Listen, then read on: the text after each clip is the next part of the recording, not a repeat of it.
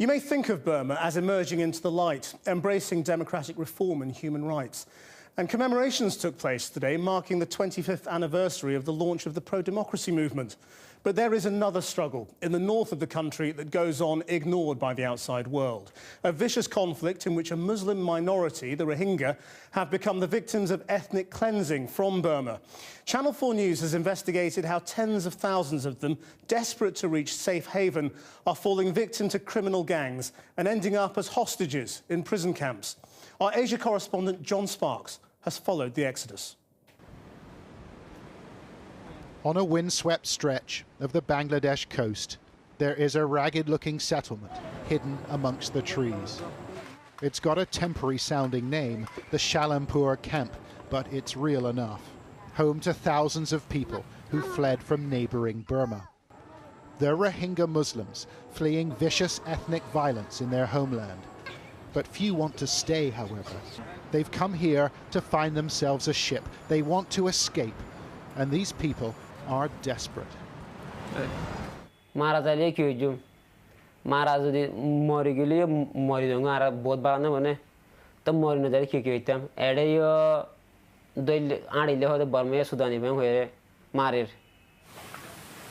Inside a shabby-looking shack, our team found one group waiting for instructions, waiting for a telephone call to say their boat to Malaysia is ready.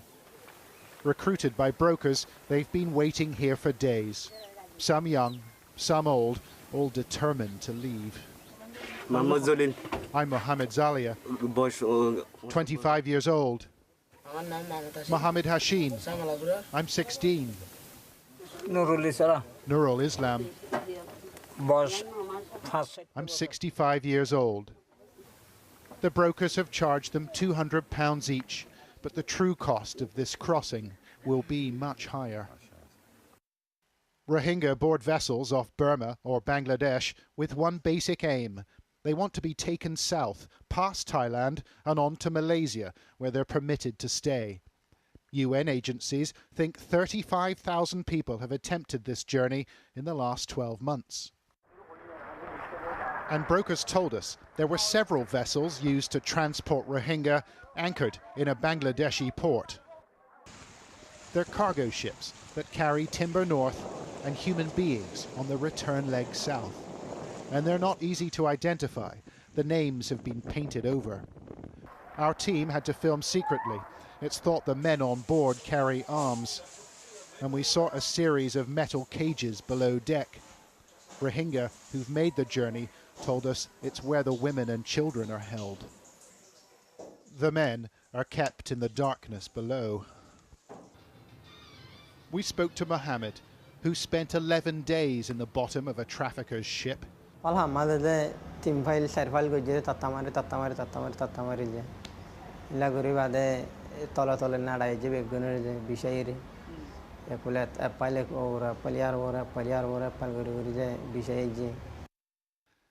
The passengers are packed in. Some ships carry more than 1,000 people, and with little food or water, the voyage proves too much for some.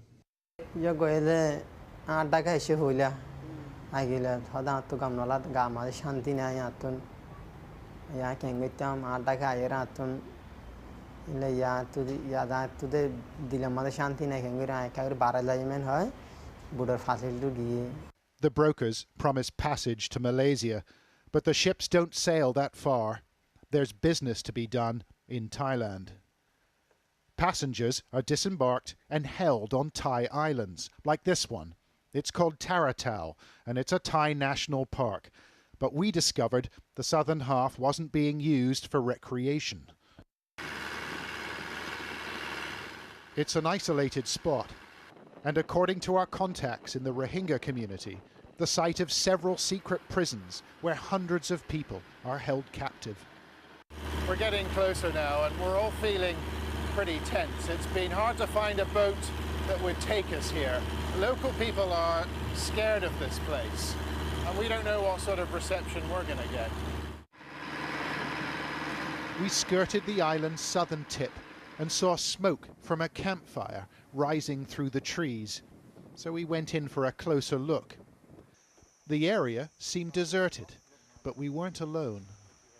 There's clearly people there, though. We can hear the voices. We can hear people speaking. A man dressed in white emerged from the trees. He wasn't happy and told us to go. No. Our driver said the man was a camp guard, and we decided to flee. It was a dangerous place to be.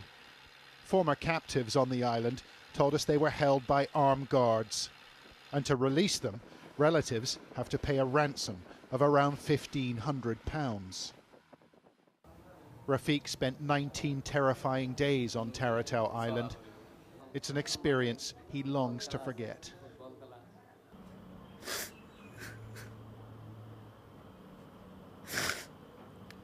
যার আত্মীয় স্বজন যেটা আছে এটা mobile করার দিদি আর বেগুন শুরু করি এখন ফোন কর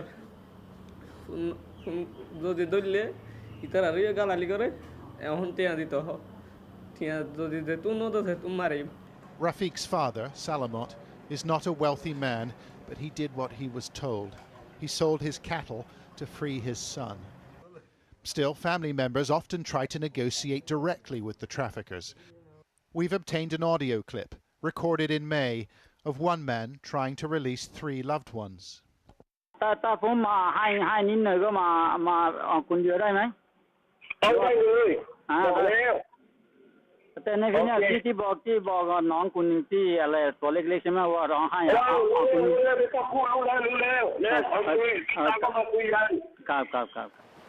And if prisoners are unable to get the money to raise the ransom, well, they're sold as slave labor to Thai fishing boats, we're told.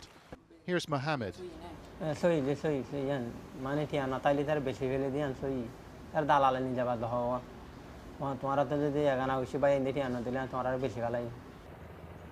Allegations of forced labor on Thai fishing boats have surfaced before, but the mass trafficking of Rohingya is cloaked in secrecy. However, we managed to meet a member of a trafficking gang. He called himself Bo and told us he was in charge of security on Taratau Island. I asked him whether he beats the prisoners.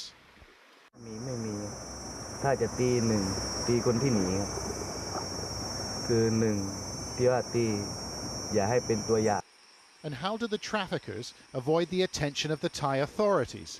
Simple, he said.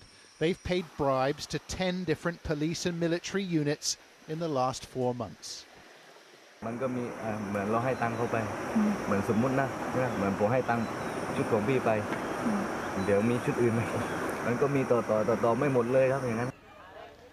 Back on the mainland, the local police chief denied that his officers take bribes.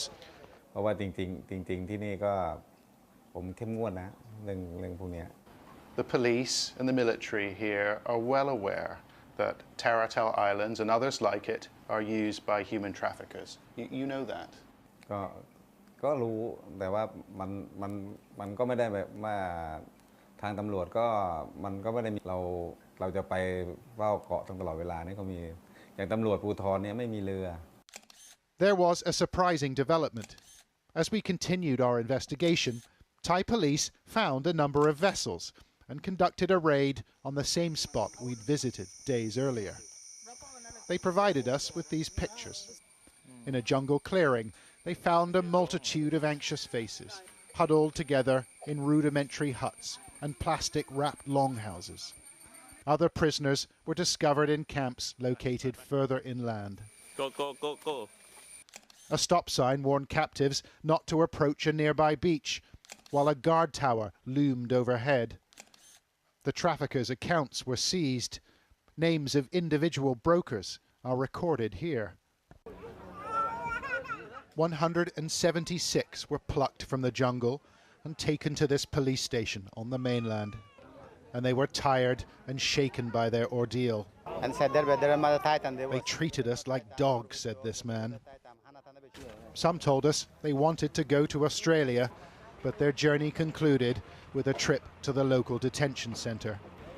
However, more Rohingya are sure to follow, for there is money to be made from their misery. John Sparks, Channel 4 News, Satun, Thailand.